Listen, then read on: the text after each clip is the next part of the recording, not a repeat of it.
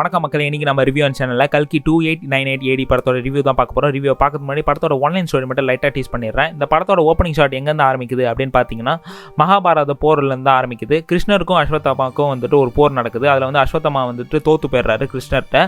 அப்போ வந்துட்டு அஸ்வத்தாமா சொல்கிறாரு கிருஷ்ணர்கிட்ட, நான் தான் தோத்துட்டேன்ல, என்னை கொன்னுடு அப்படின்ற அளவுக்கு வந்துட்டு ஒரு திமிரா வந்து சொல்கிறாரு. அப்போ கிருஷ்ணர் சொல்கிறாரு, உன்னால இந்த மாதிரி ஈஸியாக கொல்ல மாட்டேன், நீ வந்து ஒரு சாபத்தை வச்சுக்கோ. என்ன மாதிரி சாபம் அப்படின்னு பார்த்தீங்கன்னா, 6,000 வருஷம் வந்து அஸ்வத்தாமா வந்துட்டு வாழ்ந்தே இருக்கணும், சாகவே கூடாது அப்படின்ற ஒரு சாபத்தை வந்து அஸ்வத்தாமாவுக்கு வந்து கொடுத்துட்றாரு. அது ஏன் 6,000 வருஷம் அப்படின்னு பார்த்தீங்கன்னா, 6,000 வருஷம் கழிச்சு உலகம் வந்துட்டு ஒரு அழியிற ஸ்டேஜில் வந்துட்டு போயிடுமா, தண்ணியே இல்லாத ஒரு வறண்ட உலகமாக வந்து இந்த உலகமே மாறிடும்.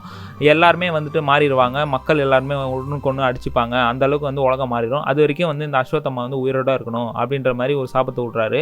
எதுக்காக? அது முக்கியமான காரணம் அப்படின்னு பார்த்தீங்கன்னா, கிருஷ்ணர் வந்து 6,000 வருஷம் கழிச்சு மறுபிறவி எடுப்பார். அந்த மறுபிறவி எடுக்கிறத வந்து நிறைய எதிரிகள் வந்து தடுப்பாங்க. அந்த எதிரிகள்கிட்டருந்து என்னை காப்பாற்றணும் நீ தான் அப்படின்ற மாதிரி அஸ்வத்தாமாவுக்கு வந்து இந்த சாபத்தை வந்து கிருஷ்ணர் வந்து கொடுத்துட்றாரு. அதுக்கப்புறம் வந்து அஸ்வத்தாமா வந்துட்டு அந்த எதிரிகள்கிட்ட தான் வந்து இந்த மறுபிறவி எடுக்க போகிற கிருஷ்ணரை வந்து காப்பாற்றினாரா இல்லையா, யாரெல்லாம் அந்த எதிரிகள் வந்துட்டு எதுக்காக கிருஷ்ணரை வந்து பிறக்க விட மாட்டுறாங்க அப்படின்றது தான் அந்த படத்தோட மீதி கதை அப்படின்னு சொல்லலாம்.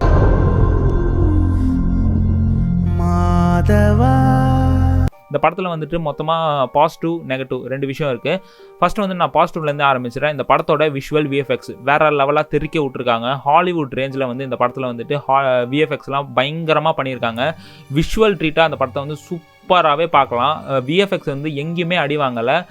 அதுவும் இந்த படத்தில் வந்து ஸ்டண்ட் கோரியோகிராஃபி ஃபைட்டெல்லாம் வந்துட்டு வேறு லெவலாக பண்ணியிருக்காங்க. எங்கேயுமே வந்து பிசுறு தட்டாமல் ஒரு ஸ்டண்ட்டு இது தாண்டா சண்டை அப்படின்ற மாதிரி நிறைய இடத்துல வந்துட்டு சண்டையை வந்து செம்மையாக காமிச்சிருக்காங்க. ஸோ ஸ்டண்ட் கோரியோகிராஃபி விஎஃப்எக்ஸுன்ற மாதிரி பயங்கரமாக வந்து இந்த படத்தில் வந்து விஷுவலாக சூப்பராக பண்ணியிருக்காங்க அப்படின்னு சொல்லலாம். செகண்ட் பாசிட்டிவ் யாருன்னு கேட்டிங்கன்னா, நம்ம சனா தான். சந்தோஷ் நாராயணன் வேறு லெவலாக பிஜிஎம் போட்டிருக்காரு. ஒரு சீனையும் வந்து எலிவேட் பண்ணி செம்மையாக காமிச்சிருக்காரு. மியூசிக்கெல்லாம் வந்துட்டு சனா வந்து தெறிக்க விட்டுருக்காரு. ஒரு ஹாலிவுட் ரேஞ்ச் படத்துக்கு வந்துட்டு என்ன மாதிரி பிஜிஎம்மும் என்ன மாதிரி ஒரு மியூசிக் கொடுக்கணுமோ அந்த அளவுக்கு வந்து சூப்பராக கொடுத்துருக்காரு அப்படின்னு சொல்லலாம். 2 மாண்டேஜ் சாங்ஸ் வந்து இந்த படத்தில் எடுத்திருக்காங்க. அங்கே அப்படியே அந்த ஃப்ளோலேயே அந்த மியூசிக்கும் போயிட்டே இருக்குது. அந்த அளவுக்கு வந்துட்டு சனா வந்து இந்த படத்தில் வந்து ஒரு பெஸ்ட் ஒர்க் வந்து பண்ணியிருக்காரு. அவர் கொடுத்த வேலைக்கு வந்துட்டு செம்மையாக மியூசிக்கும் பயங்கரமாக பண்ணியிருக்காரு அப்படின்னு சொல்லலாம். தேர்ட் பாசிட்டிவ் யாருன்னு பார்த்தீங்கன்னா, இந்த படத்தில் நடித்த அமிதாப் பச்சன் தான்.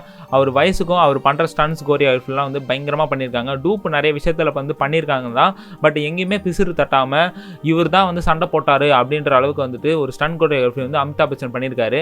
பிரபாஸை விட அமிதாப் பச்சனோட கேரக்டர் வந்து இந்த படத்தில் வந்து நின்று பேசும் அப்படின்னு சொல்லலாம். அமிதாப் பச்சன் தான் இந்த படத்தில் வந்து அஸ்வத்தாமாவை நடிச்சிருக்காரு. வேறு லெவலான ஒரு கேரக்டரு. அதுக்கப்புறம் இந்த படத்தில் வந்துட்டு பிரபாஸ் ரொம்ப நாள் கழிச்சு வந்துட்டு ஒரு எனர்ஜெட்டிக்காக இந்த படத்தில் வந்து நடிச்சிருக்காரு அப்படின்னு சொல்லலாம். ஃபர்ஸ்ட் ஹாஃபில் வந்துட்டு ஒரு மாதிரி, அதெல்லாம் நெகட்டிவ் சொல்கிறேன். ஃபர்ஸ்ட் ஹாஃபில் வந்துட்டு ஒரு மாதிரி ஜாலியாக வந்து நடிச்சிட்டு இருந்தார் பிரபாஸ். செகண்ட் ஹாஃப் போர்ஷன்ஸ்லாம் வந்துட்டு பயங்கர வந்து சீரியஸாக பயங்கர ஒரு சாமிங்காக அந்த படத்தில் வந்து செம்மையாக நடிச்சிருக்காரு அப்படின்னு சொல்லலாம். ஃபோர்த்து பாசிட்டிவ் வந்து பார்த்தீங்கன்னா, நம்ம தீபிகா படுகோன் வேறு லெவலான ஒரு ஆக்டிங்கு. ஒரு எமோஷனல் சீனாக இருக்கட்டும், இல்லைனா வந்து ஒரு சிரிக்கிற சீனாக இருக்கட்டும், இல்லைனா ஒரு க்யூட்டான சீனாக இருக்கட்டும், எல்லாத்தையும் வந்துட்டு சூப்பராக வந்து ஹேண்டில் பண்ணி எடுத்துகிட்டு போயிருக்காங்க தீபிகா படுகோன். அதுக்கப்புறம் இந்த படத்தில் வந்து திஷா பட்டேல் நடிச்சிருக்காங்க. அவங்க எதுக்காக இந்த கேரக்டர் எடுத்தாங்கன்னே ஒன்றுமே புரியல. அவங்க இருக்கிறதும் இல்லாததும் ஒரே மாதிரி தான் இருக்கும். தண்ணி கண் தான் போட்டிருக்காங்க அப்படின்னு சொல்லலாம். ஒரு கேமியோ ரோல் மாதிரி வந்துட்டு போயிடுறாங்க. அதுக்கப்புறம் இந்த படத்தில் வந்துட்டு டேரக்டராக நாக் அஸ்வின் வேறு லெவலான ஒரு விஷுவல்ஸ் வச்சிருக்காரு இந்த டேரக்டர் அப்படின்னு சொல்லலாம். ஃப்ரீடமாக வந்துட்டு என்னெல்லாம் அவர் யோசிச்சாரோ அதெல்லாம் வந்து படத்தில் வந்து கொடுத்துருக்காரு அப்படின்னு சொல்லலாம். ஒரு டிப்பிக்கலான ஒரு ஸ்டோரி தான். அதை வந்துட்டு எவ்வளோக்கு எவ்வளோ வந்துட்டு புரிகிற மாதிரி எல்லா செட் ஆஃப் ஆடியன்ஸ்க்கும் புரிகிற மாதிரி எடுக்கணுமோ அதை வந்து இந்த படத்தில் வந்து சூப்பராக எடுத்திருக்காரு அப்படின்னு சொல்லலாம். அதுக்கப்புறம் நம்ம உலக நாயகன் கமல்ஹாசன் இந்த படத்தில் வந்து வில்லனாக நடிச்சிருக்காரு. ஒரு சுப்ரீமான ஒரு ஆக்டிங் தான். வேற லெவலான ஒரு ஆக்டிங்கு. 2 சீன் தான் வருவார். எல்லாரையும் அள்ளி சாப்பிட்டு போய்கிட்டே இருப்பார். கமலோட ஆக்டிங் இந்த படத்தில் வந்துட்டு பயங்கரமாக இருக்குது. ஸோ இதெல்லாம் வந்துட்டு ஒரு டோட்டலாக வந்துட்டு ஒரு பயங்கரமான பாசிட்டிவ். நெகட்டிவே இல்லையா அப்படின்னு கேட்டிங்கன்னா, நெகட்டிவ் தான் வருது. நான் இப்போ சொல்கிறேன் பாருங்கள். பயப்படாது, புது பிரபஞ்சம் வந்துகிட்டு இருக்கு. ஸோ இந்த படத்தில் என்ன தான் நெகட்டிவ் அப்படின்னு பார்த்தீங்கன்னா, ஃபஸ்ட் ஹாஃப் தான். ஃபஸ்ட் ஹாஃப் வந்து ரொம்பவே லேகாக ஸ்க்ரீன் பிளே வந்துட்டு எங்கரா போயிட்டுருக்கு அப்படின்ற அளவுக்கு வந்துட்டு இந்த படத்தை வந்து எடுத்திருக்காங்க அப்படின்னு சொல்லலாம்.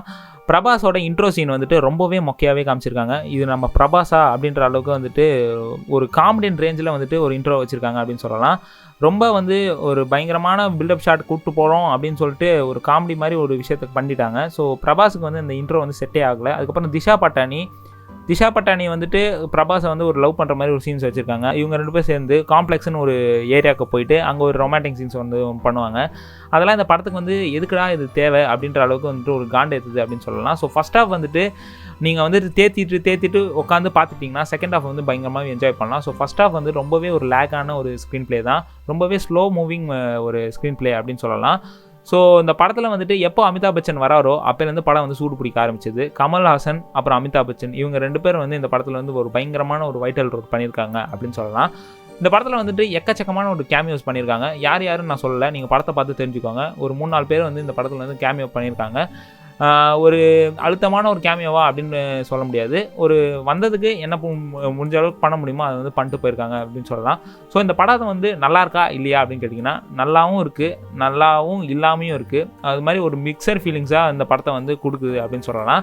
இந்த படத்தை பார்த்துட்டு வெளியில் வரும்போது ஒரு மாதிரி வந்து ஒரு நமக்கு வந்து ஒரு ஃபுல்ஃபில்லே ஆகாத ஒரு ஃபீலிங் தருது. ஏன்னு பார்த்தீங்கன்னா இந்த படத்தில் வந்து நிறைய எமோஷன்ஸ் வச்சுருக்காங்க, அது எதுவுமே நமக்கு வந்து கனெக்டே ஆகலை.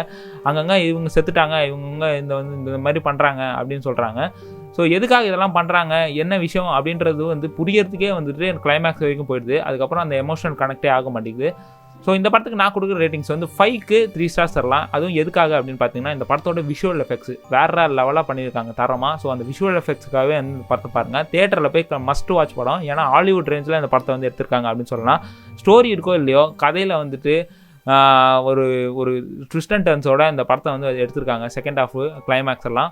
ஸோ கேரக்டர்ஸு ஒரு புது கேரக்டர்ஸு உங்களுக்கு ஹாலிவுட் ரேஞ்சில் இந்த மேட் மேக்ஸு, ஃபாஸ்ட் அண்ட் ஃபியூரியஸு இந்த படமெல்லாம் உங்களுக்கு பிடிக்கும்னா இந்த படமும் பிடிக்கும். நிறைய ரெஃபரன்ஸ் வந்து ஹாலிவுட்லேருந்து எடுத்திருக்காங்க.